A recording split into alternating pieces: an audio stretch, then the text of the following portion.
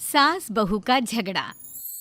अनामिका की सास पुष्पा अपनी बहू को कुछ खास पसंद नहीं करती थी और इसीलिए दोनों सास बहू में आए दिन झगड़ा होता रहता था। सास बहू के झगड़े के चक्कर में अनामिका के पति मोहित की जिंदगी मुश्किल में पड़ गई थी।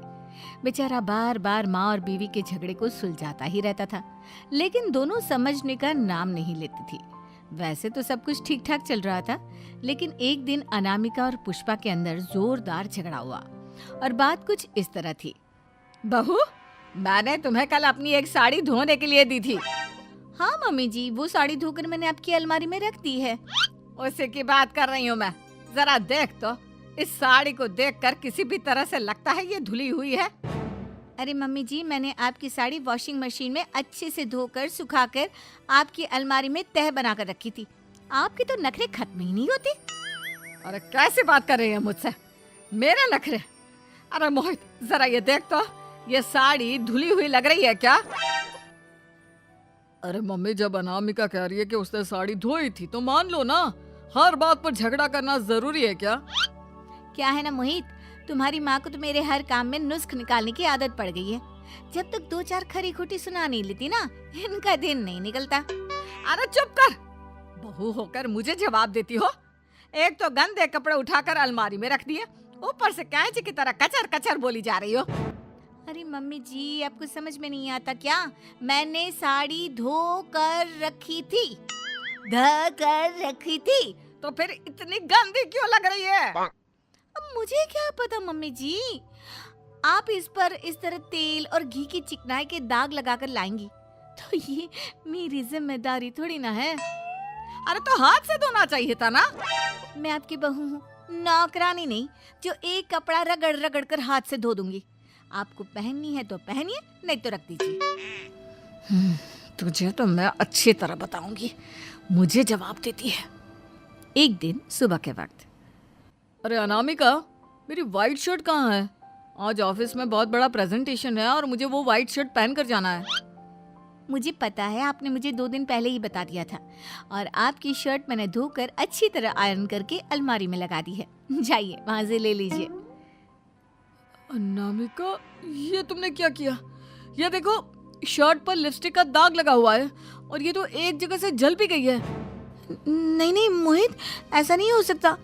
मैंने तो तुम्हारी शर्ट ठीक से इस्त्री करके अलमारी में लगाई थी। तो फिर ये जल कैसे गई अपने आप? अलमारी में लटके लटके थोड़ी ना जल जाएगी। पर मोहित, मुझे अच्छी तरह याद है। देखो, अपनी गलती को छुपाने की कोशिश मत करो। और अगर शर्ट जल भी गई थी तो तुम्हें पहले बताना चाहिए था ना। मैं नई शर्ट लेकर आ जाता। अब ऐन वक्त पर शर्ट कहाँ से लेकर आऊं?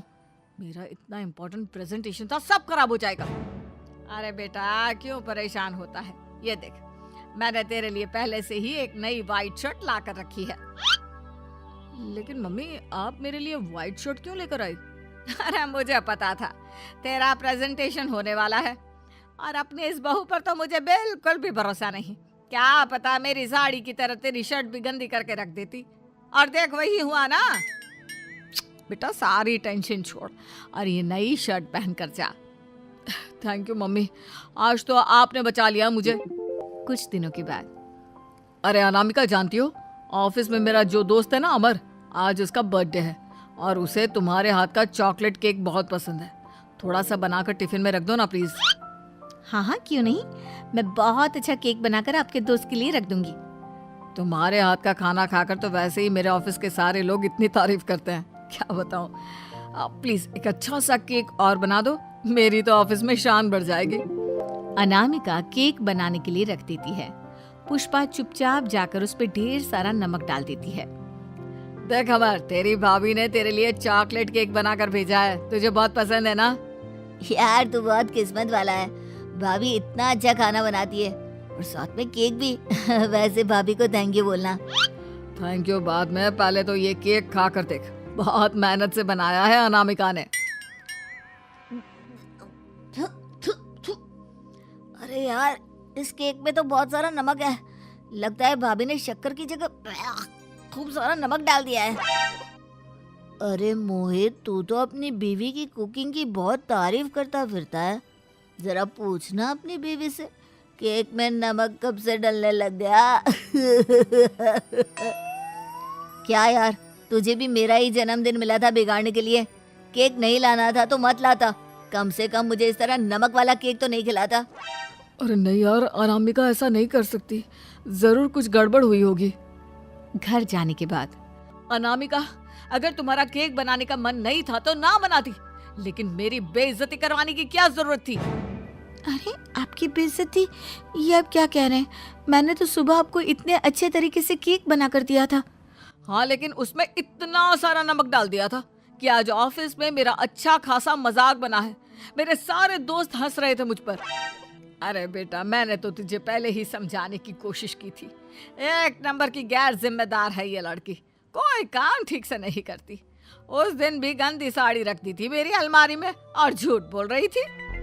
कुछ दिनों के बाद अनामिका देखो, मैंने अपना लैपटॉप चार्जिंग पर लगाया है, उसे अच्छी तरह चार्ज होने देना। मेरी एक अर्जेंट मीटिंग है, प्लीज बीच में से हटाना मत। हाँ हाँ ठीक है, मैं नहीं हटाऊंगी। पुष्पा चुपचाप से जाकर चार्जिंग का बटन बंद कर देती है। थोड़ी देर बाद अरे ये लैपटॉप चार्ज क्यों नहीं हुआ? और ये बटन किसने ऑफ कर दिया? अनामिका, इधर आओ। क्या हुआ? क्यों चिल्ला रहे इतना? अनामिका, मैंने तुमसे कहा था ना, मेरा लैपटॉप चार्जिंग पर लगा हुआ है, मेरी अर्जेंट मीटिंग है। तुमने इसका स्विच ऑफ क्यों कर दिया? अरे मैंने ऐसा कुछ नहीं किया, मैं क्यों स्विच ऑफ करूंगी? कुछ दिनों से देख रहा हूँ अनामिका, तुम मेरा हर काम बिगाड़ देती हो। देखो, ये अच्छी आदत नहीं।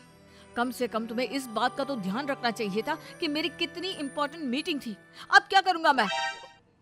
आई एम सॉरी मोहित, लेकिन सच में मैंने जानबूझकर कुछ नहीं किया। अगर जानबूझकर नहीं किया तो क्या सब कुछ अपने आप हो जाता है? कभी मेरी शर्ट जल जाती है, कभी केक में नमक डल जाता है। आप मेरी बात क्यों नहीं सुनते? मैंने जानबूझकर कुछ नहीं किया। फिर से वही बात। अरे कितनी बार तुम्हें समझा चुका हूँ, इस तरह मेरा काम बार बार मत बिगाड़ा करो। तुम जानती हो मुझे कितनी प्रॉब्लम होती है। ऑफिस में तो पहले ही बेइज्जती करा चुकी हो, और अब ये मीटिंग, ये भी मेरे हाथ से निकल गई। अनामिका की समझ में कुछ नहीं आता कि आखिर उसके साथ ये सब क्या हो रहा था और क्यों हो रहा था। फिर कुछ दिनों के बाद मोहित अपने ऑफिस से कुछ फाइल लेकर घर आता है। अनामिका, ये कुछ फाइलें हैं, इन्हें संभाल कर रख दो। और प्लीज इस बार ध्यान से, कोई गड़बड़ी नहीं होनी चाहिए। नहीं मोहित, कोई गड़बड़ी नहीं होगी। मैं सारी फाइल्स अलमारी में लॉक करके रखूंगी और चाबी अपने पास रखूंगी। अनामिका, जरा अलमारी की चाबी तो देना। क्यों मम्मी जी, आपको क्या काम है? उसमें मोहित की जरूरी फाइल रखी है और मैं नहीं चाहती कि इस बार कोई भी गड़बड़ हो।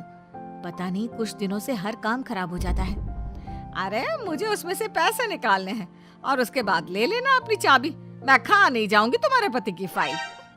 अनामिका को अपनी सास पर शक होता है। चाबी देने के बाद वो चुपचाप छुपकर अपनी सास की हरकत देखती है। ये फाइलें उठाकर डस्टबिन में डाल देती हूँ, फिर देखना कैसे मोहित इसकी खबर लेगा। इस बार तो छोड़ेगा नहीं इसे।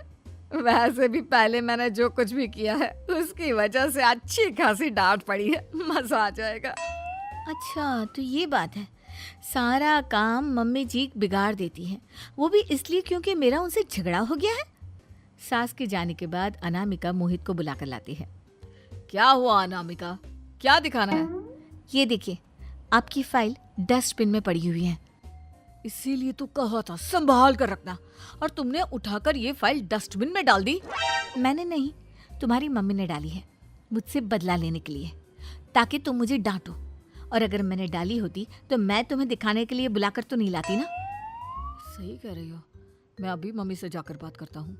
थोड़ी देर बाद, मम्मी सच सच बताइए, मेरी फाइल अलमारी में से निकाल कर डस्टबिन में आपने डाली थी ना?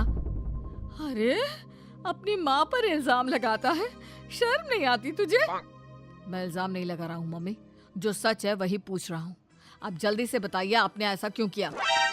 अरे तो क्या करती, तेरी बीवी मुझसे झगड़ा करती है, उल्टे सीधे जवाब देती है, मुझे उससे बदला लेना था। अरे मम्मी, लेकिन आप दोनों के झगड़े के चक्कर में मेरा कितना नुकसान हुआ है, ये कभी सोचा आपने? मम्मी जी, अगर आपका बदला पूरा हो गया हो तो आइंदा ऐसी कोई हरकत मत करना, क्योंकि अब आपकी सच्चाई हमारे सामने आ चुकी है। यह तो वक्त ही बताएगा मैं क्या करूंगी और क्या नहीं। मम्मी जी, कहा ना आप ऐसा कुछ नहीं करेंगी। अरे मेरी जो मर्जी आएगी वो मैं करूंगी। मेरा सर घूम रहा है। सास बहू के झगड़े में मेरी जिंदगी का तो कचरा हो गया है, कचरा।